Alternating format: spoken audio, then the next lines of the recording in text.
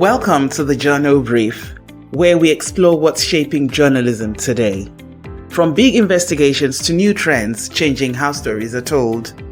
Brought to you by the Center for Collaborative Investigative Journalism, this podcast goes beyond the headlines to reveal the innovations, challenges, and teamwork behind impactful reporting. Each episode features insights from experts tackling journalism's biggest issues. I'm Fola Folayan. Join us as we explore this evolving world, one story at a time.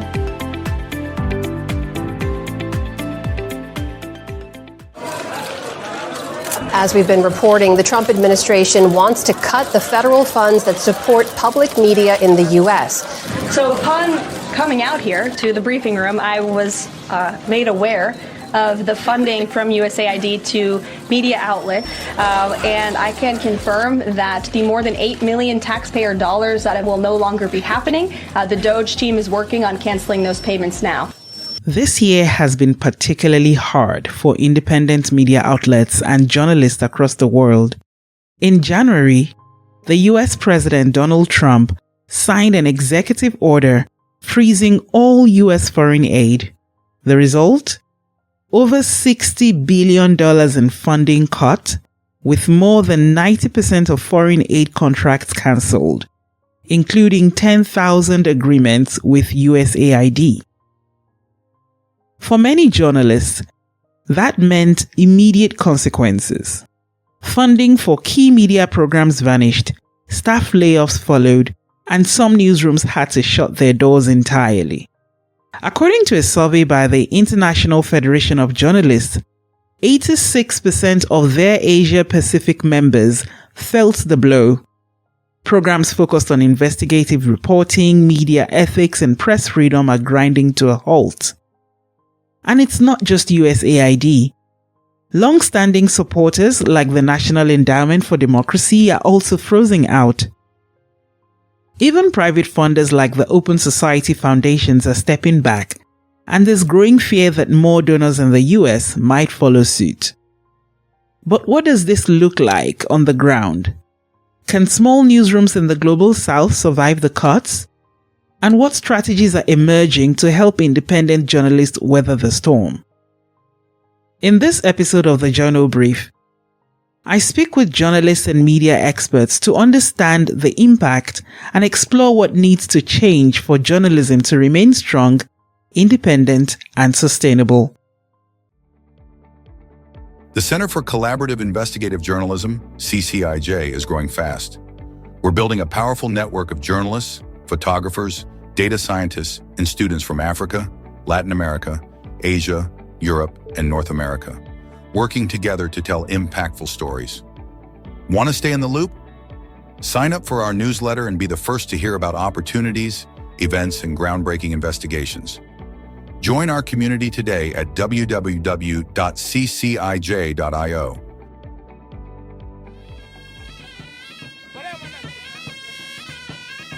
Usman Babaji is an investigative journalist in Nigeria, working with WikiTimes, a newsroom that prides itself on bold accountability journalism, often under incredibly difficult conditions. When US funding stopped, so did key training programs. One major fellowship which Usman had been accepted into was cancelled without warning. For him, those opportunities were more than professional boosts. They were lifelines. They helped him build his skills, train colleagues, and support investigations that held those in power accountable. Now, WikiTimes is struggling to afford the deep dive stories that expose corruption and gave a voice to the marginalized. This policy has disrupted crucial media development programs, including fellowships and grants that support independent journalism and also help reporters like me gain critical skills to navigate the profession. For instance, as I told you earlier, the Civic Media Lab, CML program, Net GPN project, we call it, which WikiTimes reporters, including myself, directly benefited from it. In the last 5 years was designed to enhance civic journalism and accountability reporting. has ended abruptly last month due to the funding cuts. This sudden closure stripped us as Wikitimes reporters of a vital training and networking opportunities, and also, weaken our newsroom's capacity to continue investigative reporting on governance and human rights issues. Similarly, I recently faced the cancellation of a one-year fellowship by the International Center for Investigative Reporting, ICIR, just 2 weeks after being selected. This fellowship, which was scheduled to begin this week, was also scrapped due to the funding shortfall caused by Trump's policy. It was particularly painful because the program focused on countering AI-enhanced information manipulation, critical area of journalism in today's digital era. And the training would have significantly improved my ability to detect and counter misinformation, which also will, equip me to transfer knowledge to other reporters in my newsroom through step-down training sessions, as we normally do after any training or any workshop or program like this. Yeah. Then beyond personal development, I think these funding cuts have directly affected newsrooms' ability to carry out investigative journalism. Many critical issues we plan to report on, that is in Wikitimes, ranging from corruption and governance failures to human rights abuses, have now stalled because our newsroom simply cannot afford to fund them. We were already operating on a tight budget, often dipping into personal savings to finance small reports. With external funding drying up, this burden has increased, forcing us to either scale down or completely abandon critical investigations that can hold powers to account. So to cut it short, Trump's funding cuts policies have, affected individuals like me and also weakened independent journalism in general, especially in the, developing countries like Nigeria, making it harder for reporters and newsrooms to expose corruption or amplify marginalized voices, or simply to keep the public informed. So how is investigative journalism normally funded? Well, doing in-depth reporting isn't cheap. It requires time, travel, tools, and yes, money. Most media organizations, especially in the global south, don't have the budget for month-long investigations, so they rely on outside support, grants from foundations or public interest programs that recognize journalism's role in democracy. These grants vary. Some offer general support to keep operations running. Others fund specific stories or projects like training initiatives or coverage of critical issues. David Adeleke, the founder of Communique, explains it further. Usually, investigative or public interest journalism, as some people call it, is funded majorly in two ways. Either through a donor system, where we have foundations or individuals with the means and the resources who care. So this largely rides on the ideologies of the individuals that we are talking about or the foundations that we are talking about. So it's very subjective to a large extent. And it's dangerous, which is why we are seeing what we are seeing. But those individuals, they care about journalism. And so they decide to put resources, or foundations, they care. So they decide to put resources into journalism to make sure that there is investigative and high quality journalism. The other way that this type of journalism is funded is through subscriptions or a crowd-funded model, where a society or a community decides to put their money. So while one aspect of this depends on individuals and foundations or organizations, a handful of them, the other depends on how many members of the community are interested and have the means. The problem that we are facing on the continent is that the other part of it, which is which is meant to be how investigative journalism is driven on the continent through the community, is that people do not necessarily have the interest, and they don't have the interest because the level of education across the continent is not the best. That's at least that's something we all agree on. It's not the best. And education is often the driver of interest. Like I said fairly recently in an interview, people can only be interested in what they understand. If they don't understand this thing, if they don't understand why this thing should even exist, or why it is important, or how it affects them, it's very difficult for you to get them interested. The other part of this is the means. This is a poor continent, and that's the fact. In terms of finances, in terms of purchasing power, this is a poor continent. There is no other way to put it. And so because of that, there is a problem. In 2016, the Cable Newspaper Journalism Foundation, better known as Cable Foundation, was founded to go beyond the day-to-day reporting. The goal? Train reporters, work with civil society, investigate deeply, tell the tough stories. Mayowa Tijani, the director of projects at the foundation, says donor support from groups like the MacArthur Foundation and even the US government helped them pull this off. He shares a sobering example: an investigation into a military airstrike in Borno State. The government claimed 17 civilian casualties, but his on-ground investigative reporting revealed the true toll: 126 lives lost. That kind of journalism isn't just brave, it's resource-intensive. The reality is that Cable Foundation started in 2016 on the back of the more we wanted to do outside just general journalism, the kind of trainings we wanted to do for journalists, the kind of advocacy that we wanted to do with civil society organizations. And so much of that funding came from international donors, the MacArthur Foundation, the Open Society for West Africa, and more recently, the US government. And so over time, it's been, we've basically been donor funded all along. Okay, so, but does this donor funding, does it only apply to the Cable Foundation, or does it apply to the Cable News Network generally? That's your news platform. Right.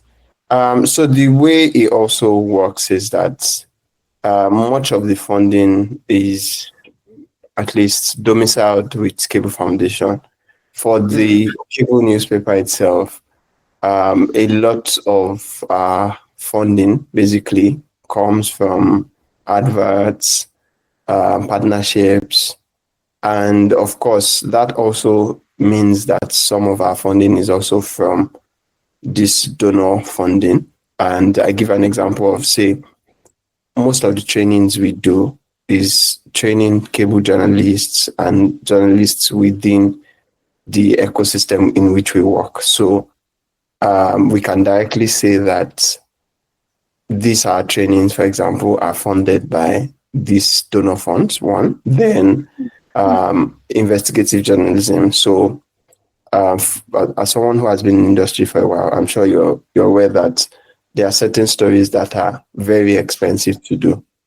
And those kind of stories are also being funded by these donor funds through the foundation. So as of now, I can say that we've done about almost 200 of those kinds of stories that are funded primarily by donor funds.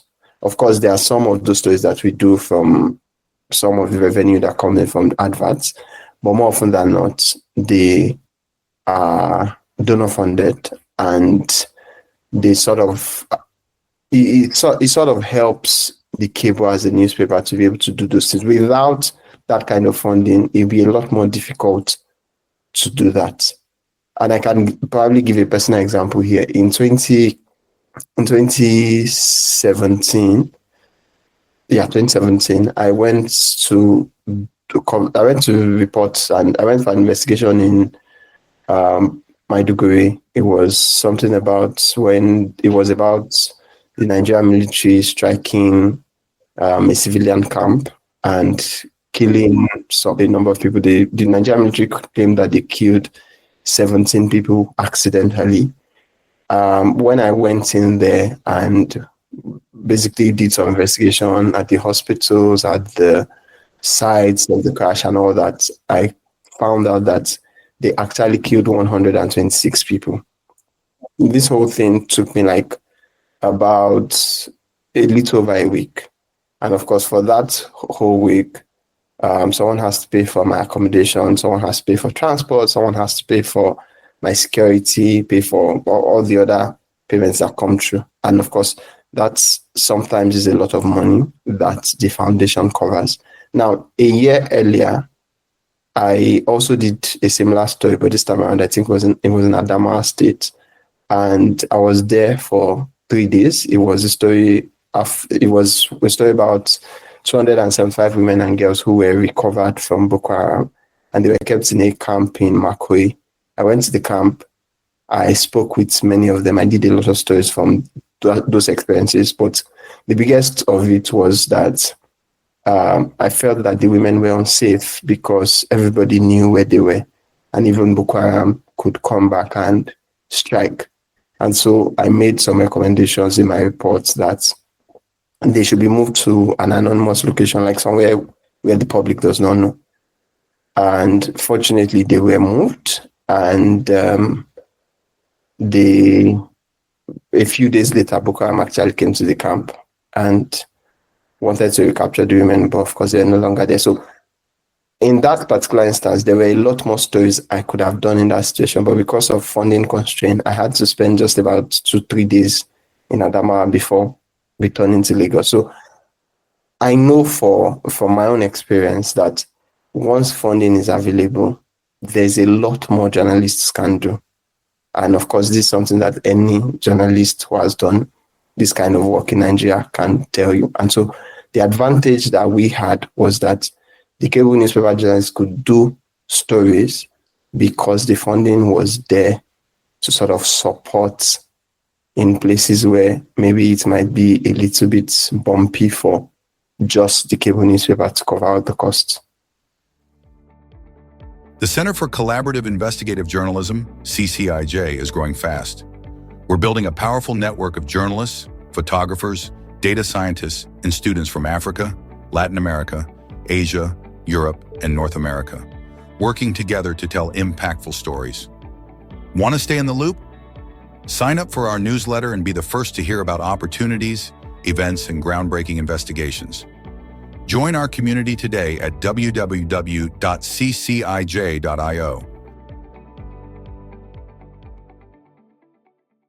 Right now, yes, actually quite a number of things have been affected.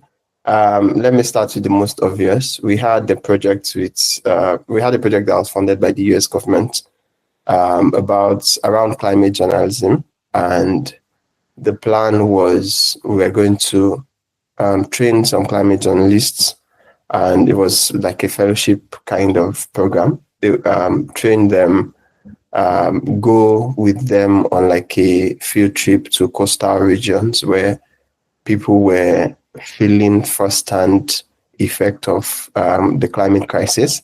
Of course, we had funding for that, and we had recruited people that we were going to train. We had reached out to them, we had set dates, we had booked venues and all that stuff. And of course, the change in government priorities for the US now, the US government doesn't want to hear anything that has to do with climate.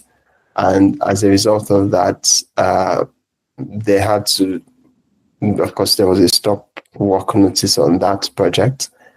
And all the investigative stories we are going to do around climate, around the climate crisis, basically, are currently on hold.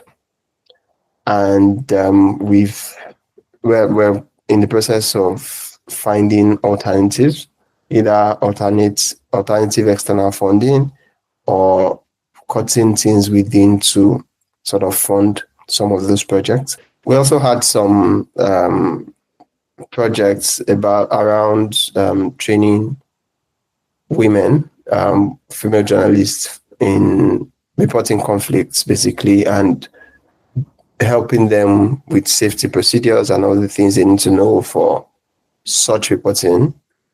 But of course, because of funding constraint, as probably you also know that even some of the agencies that fund other issues within the entire ecosystem have sort of been affected. Either their own source of funding was also affected, or them just holding their breath and saying that we are looking at the landscape before making the next set of decisions.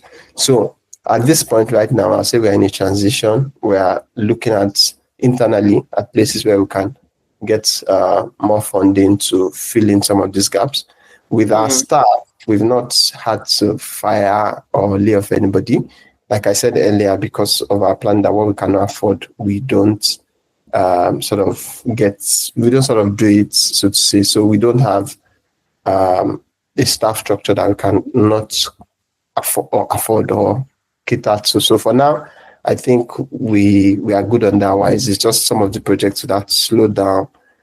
Some of them will pause for now, but hopefully things look up and we find a way to pick it up again.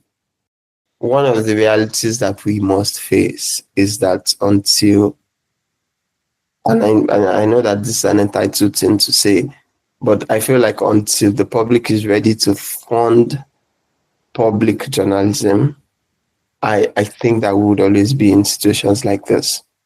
We would always be in spaces where we're relying on external funders, we're relying on advertising revenue to sort of keep ourselves above the water. And if we don't sort of change that one way or the other, I know that it's almost a pipe dream, but you know what I said about a very small portion of public tax covering public journalism would actually sort of go a long way in keeping truth alive within these countries and context. Until we find that, I know that we talk about it a lot, but we've still not figured out that revenue model that assures that journalism continues to thrive within our spaces. And until we find that without external funding or without international donations, I'm not sure that there's any other way out. So what happens when the donor well dries up? David Adeleke points to a critical mindset problem, what he calls the lack of product thinking. Too many outlets assume that doing important work is enough to justify financial support. But that's not how sustainability works. Newsrooms, he argues, need to think more like businesses. They must design products, build experiences, host events, and create content that audiences value enough to pay for. It's about innovation, ownership, resilience. What I think journalistic entities or public interest media organizations can do is, first of all, there has to be a more concerted drive towards making money sustainably. What you have, and people may disagree with me, but this is what I have seen, is people who think that just because they exist, therefore, people must pay attention to them and people must give them money. There is not enough product thinking, even within investigative journalistic circles. There is not enough product thinking. Because, for instance, how many investigative journalism outfits on the continent, I'm speaking generally now, have a specific donor list? Not just a donor list, but maybe an anonymized donor list where the people who are giving you money, their identity is protected. Do you understand? You protect their identity because you don't want them getting in political trouble. Because we know how petty African governmental authorities can be when they find out that somebody is funding a journalistic outfit that they perceive as antagonistic or unfavorable. to them. Mm. The other part is, how many community-driven events do we see where, for instance, maybe you know that people will not be able to make money, you may not be able to make money from the pure news that you drive. What other initiatives do you have as an organization to generate revenue? What other initiatives do you have? What other products have you come up with? What kinds of events are you designing? What kinds of multimedia projects are you coming up with that people may be able to put money behind? How lean is your team? How many do you have? 10 people on a team where you're struggling to pay salaries? So these are all the questions that I believe public interest journalism should be asking more of. Again, this is not an easy question to answer. And I'm not even saying that the things that I've said are a silver bullet. But what I am saying is that we don't see enough product thinking in the ecosystem. And that's in some way, apart from there is a purchasing power problem, there is a political liberty problem, but the third leg of the tripod, if you will, is a lack or insufficient, let me not say lack of, because that would be disrespectful, but insufficient product thinking. Now, let's talk about Communique. That's your platform. Communique has grown into this media company. You have over 43,000 subscribers, I think. Yes, 45 now, 45,000. 45,000 subscribers. So I'm curious, what strategies did you use to build a sustainable business model around it?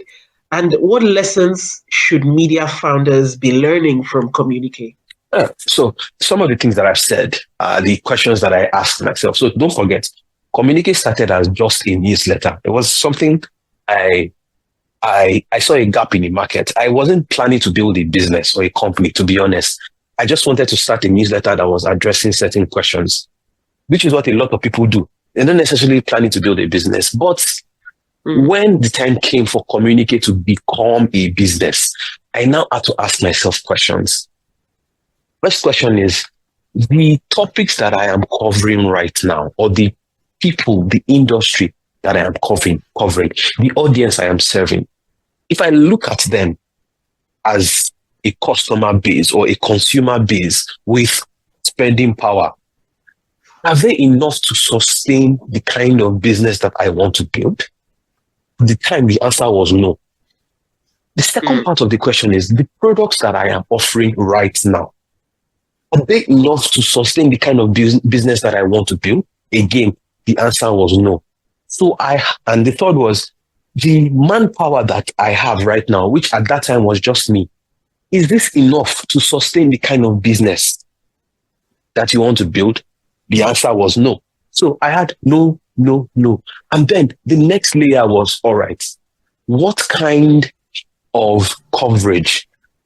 How can I look at the industry? What kinds of topics can I look at that will not feel out of place to what I've already been doing, number one, at the same time that could be commercially viable? The second part of the question is, what other products can we introduce into the mix? Again, for a lot of people, they can't really tell the difference between what Communique used to be and what Communique is now, because the changes have been incremental. Imagine now that if you're not paying attention, you won't really notice that this is not what Communique used to be. It's a lot different from what it was at the beginning. If you're paying attention. The third part of it is, who do I need to hire? And then how do I get the resources to get them on board? So those are the questions I had to answer. And then we realized, okay, initially we were talking about just media, but I mean, we are having this conversation about media and financing. So the answer is already there, that media people cannot necessarily fund a business.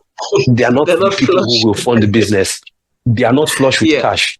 But it is an important industry that you need to cover. So what is something adjacent to this industry that you can cover while still doing the important work that you are doing, so you can be impactful and profitable at the same time?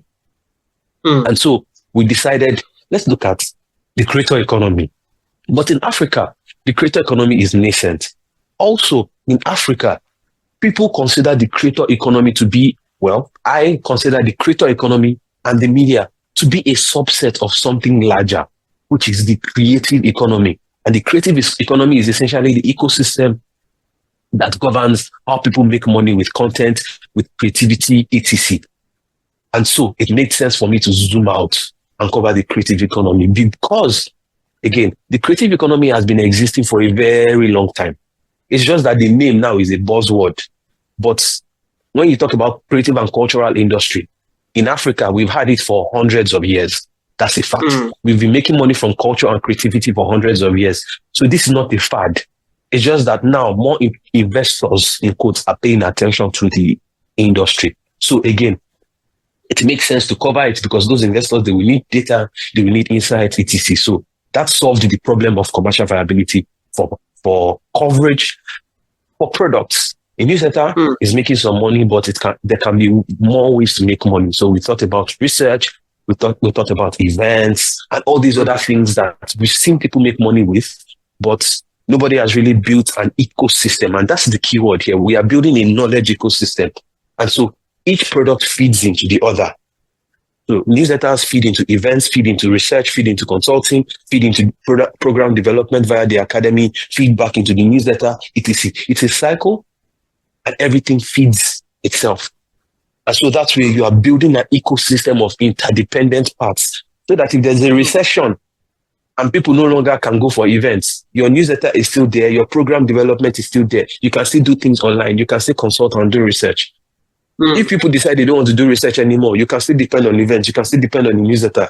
You can depend on other multimedia content formats, which we are starting to put out more. If you notice, we are doing more videos now, and that will also grow into its own thing. So there is an ecosystem of products that are interrelated, and all of them on their own are.